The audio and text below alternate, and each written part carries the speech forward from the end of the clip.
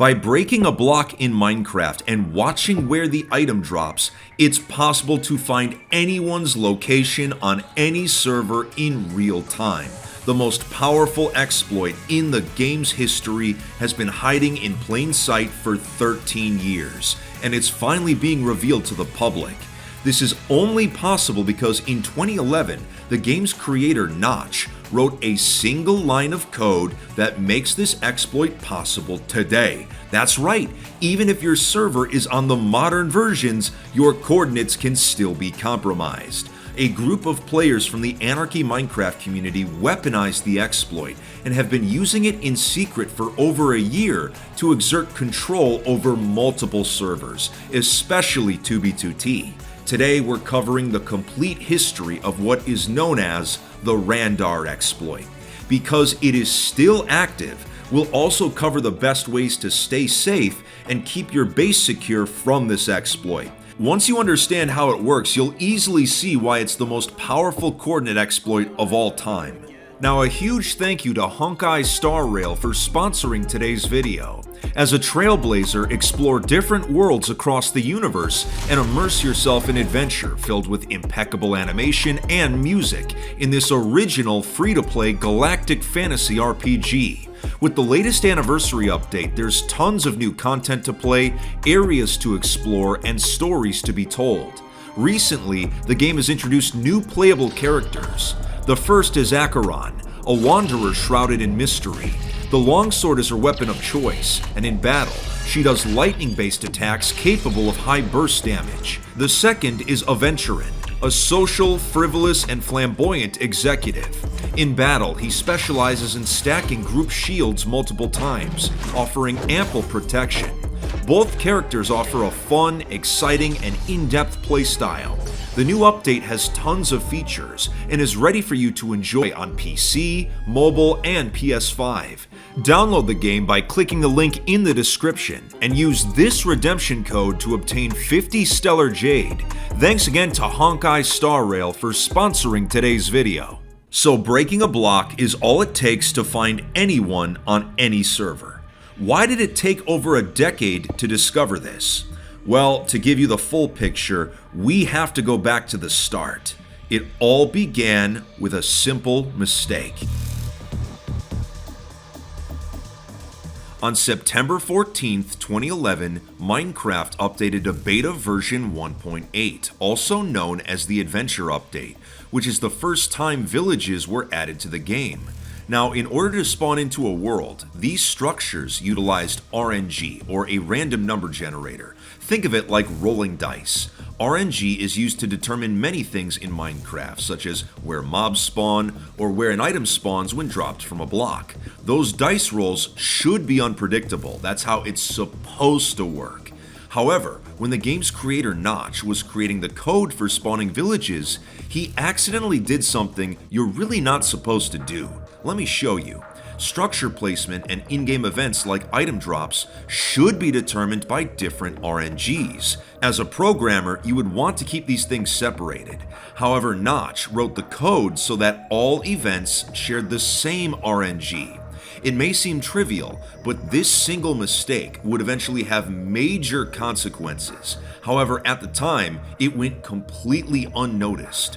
As more updates released, new structures were added to the game and, like villages, they all shared the same RNG to spawn into the world.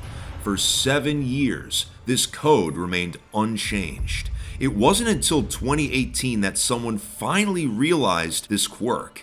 On April 15th, 2018, a YouTuber named Amiga uploaded a video where by loading specific chunks, then exiting and reopening a Minecraft world, they successfully predicted where a line of lightning strikes would occur. Since lightning is supposed to be random, this is the first known video evidence of RNG manipulation in Minecraft.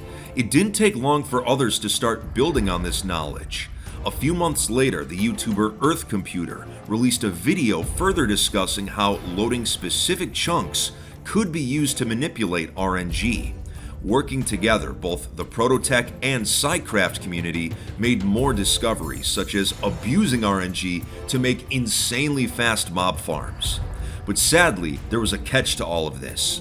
These experiments had occurred in version 1.12, but a few months prior, Mojang had released a snapshot of version 1.13, the Update Aquatic, which ended up fixing the issue of in-game events sharing RNG. All these major discoveries had happened after the snapshot, so it seems Mojang had patched RNG sharing by complete accident. At this point, RNG manipulation was seen as a novelty in an outdated version, and most people moved on. There were no major advancements for some time, but that's the funny thing about Minecraft. A bug being patched means nothing in the grand scheme of things. Sometimes the right person in the right place can make all the difference.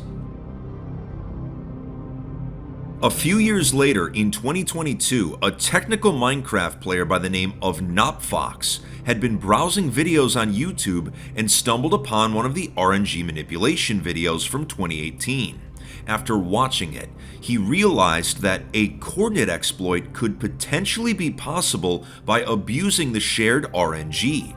Being a programmer himself, he started doing some experiments to prove it, all of them involving the shared RNG world.rand. In the most recently loaded chunk of a server, a woodland mansion structure will try and spawn into the world. It uses world.rand.setSeed to try and pick a location before it even checks the spawning criteria. The game is running this woodland mansion check constantly, every time a chunk is loaded. At the exact same time, by mining a block, where the dropped item appears is determined by asking world.rand for X, Y, and Z coordinates. This world.rand is shared globally between all players, meaning that those random XYZ coordinates were actually determined by the location of the most recent woodland mansion check. So the steps always happen in this order, and on a server, this information is actually sent to every player's game client whenever they break a block. Well, NopFox would go on to make a shocking discovery. This entire process was reversible. By breaking a block and then using a lot of math on the coordinates of the dropped item, you can walk backwards through the seed generation algorithm and calculate the location of the most recently loaded chunk on a server. All because this information is given to every player's client whenever they break a block, even if they weren't the ones who loaded that chunk. So if you keep breaking blocks, you can continuously see which chunks are being loaded by other players. This was huge. NopFox tried the exploit in earlier versions of Minecraft as well and found it still worked. You just had to change which structure you were looking for based on which one was the most recent on the internal list. This exploit worked in every version going all the way back to beta 1.8, the same one where Notch made that simple mistake with the RNG. So from beta all the way to 1.12, the exploit was fully functional. Now, you would assume that since the Update Aquatic fixed the RNG glitch, that modern servers would be safe, but that is not the case. If they ever ran version 1.12 and below, they are vulnerable. Because if someone on a server was logging packets, for example by using replay mod, they could use this exploit to analyze those logs and see where other players were at the time. So if a base from back then is still active on a server today, it can be found using old packet logs. And all of this was possible just by breaking a block. NopFox had discovered one of the most powerful coordinate exploits in Minecraft history, one that had been hiding in plain sight for over a decade and affected almost all Minecraft servers in some capacity. In order to test its effectiveness, he turned his attention to the Anarchy community, the perfect place to use it without fear of being banned. Plus, many Anarchy servers at this time were still on 1.12, where the exploit was most effective. He started out on smaller servers such as 9b9t, where he would show up at bases randomly and fine-tune the exploit behind the scenes. Since visiting a base would usually end in its destruction, this was a rare case of someone becoming a griefer for scientific purposes. He would go on to name the exploit RANDAR, a combination of world.rand and radar, which is effectively how it worked. With the RANDAR exploit proving to be a success on smaller servers, it was time to try a larger one. In March of 2023, Knopfox turned his attention to 2b2t, the oldest Anarchy server in Minecraft, a place that was no stranger to coordinate exploits over the years. Just minutes after logging in, Knopfox had already compiled a list of coordinates. What happened next is perhaps one of the largest flexes I've ever seen on 2b2t. Knowing how powerful his exploit was, Fox wanted to use it on one of the server's most infamous groups, the Spawn Masons. On 2b2t, the Masons have their own history of using exploits to become more powerful. In fact, one of their members, leijurv, is considered the mastermind behind the no-com exploit, which actively tracked players across the server in real time and could view distant bases remotely. At one point, the group had the largest active base on the server, and even to this day, maintain a decentralized network of item stashes called Gringotts. Fox managed to figure out where one of these stashes was located and decided to show up unannounced. One of the Mason accounts that was AFK at the stash picked up Fox's username. They were taken by complete surprise. How did this literal random manage to find one of the most secretive stashes on the server? They began to panic, and the Mason higher-ups quickly got into contact with him to try and negotiate. He introduced himself and revealed that he had used an RNG exploit to target them specifically.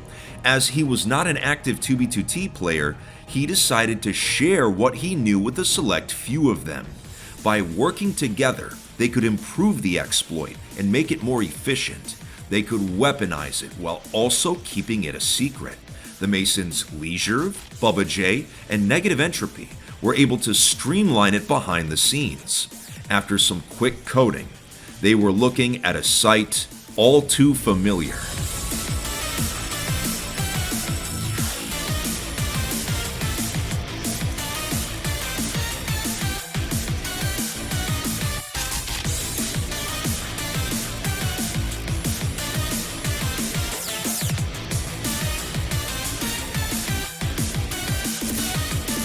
Players were once again being tracked in real time, allowing for the creation of heat maps. For instance, this one, that covers 1 million blocks in each direction.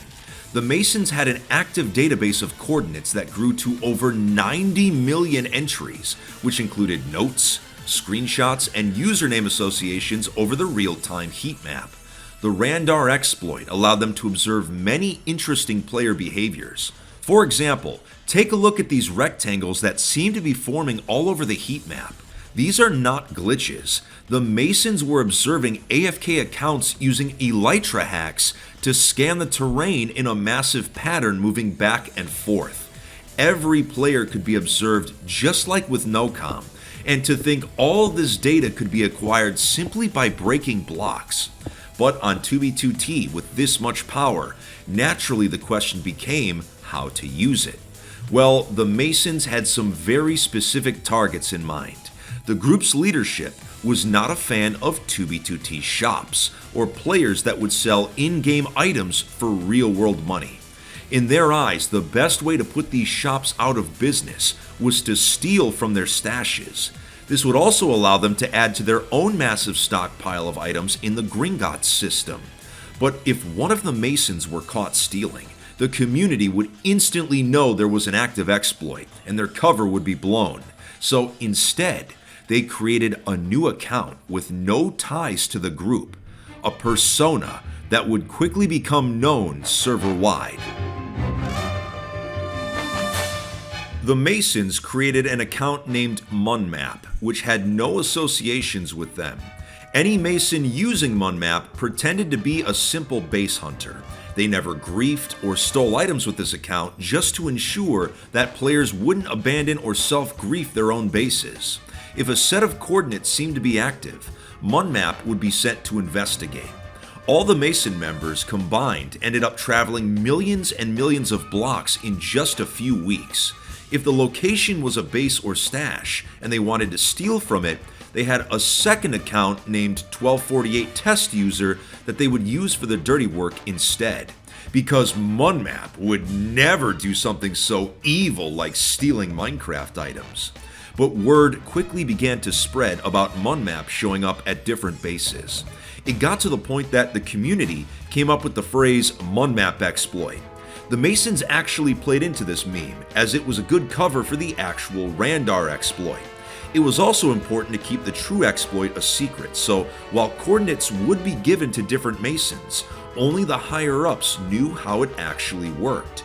But as the group began plotting some very ambitious heists, they received quite the scare. On May 1st, 2023, YouTuber Matthew Bolin uploaded a video of a redstone contraption that could effectively crack RNG inside of vanilla Minecraft. It involved measuring which direction TNT was randomly fired in. This proof of concept made the Masons worried, as they feared others could keep working on this idea and they might discover the RANDAR exploit on their own. But luckily, this did not happen, and they were still the only ones with knowledge of the exploit. But it still put pressure on them to act.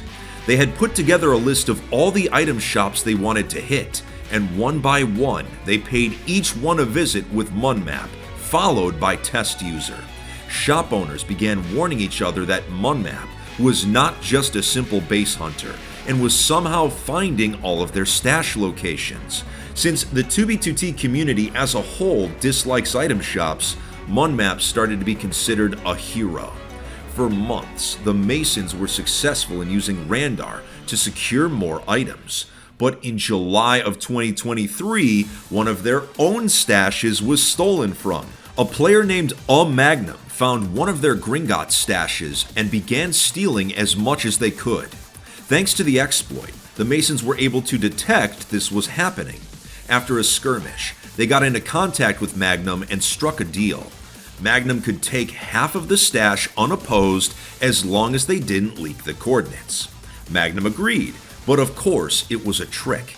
The Masons used RANDAR to track Magnum's location to see where all the items ended up. A few weeks later, a group of Masons got together and staged a massive heist, taking back everything that was stolen, plus interest.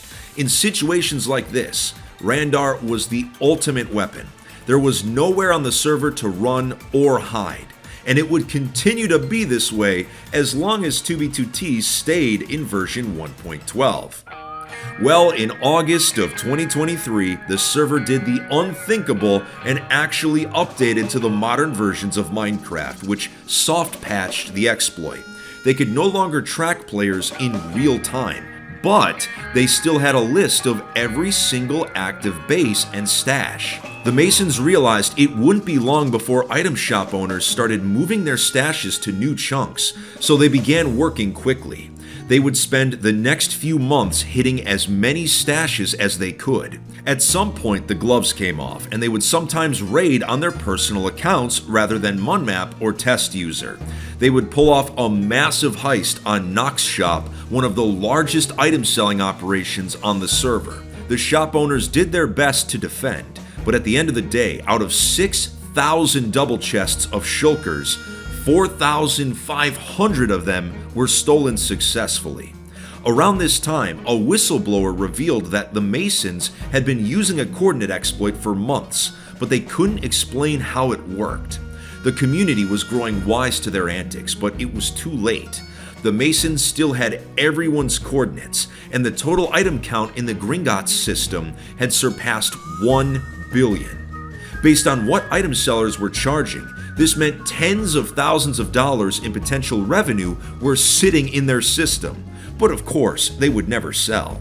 They had managed to put many of the item sellers out of business, though a few managed to survive with reduced inventory. The Masons now had so many items that they just started giving them away around Christmas time, using a delivery system to gift people shulkers. After the holidays, the Masons knew it was finally time to reveal the truth to the public about what this exploit actually was. leijurv had first told me about RANDAR back in August, or around 8 months ago, but I was asked to hold off on making this video until the Masons could finish their heists, prepare the technical documentation, and server owners could be warned behind the scenes of this video's release. Because remember, the RANDAR exploit is still active on all servers 1.12 and below. And even if you play on more modern versions, someone can use old packet data to find you today. If NotFox managed to discover an exploit hiding in plain sight this entire time, imagine what other secrets are still sitting in Minecraft's code.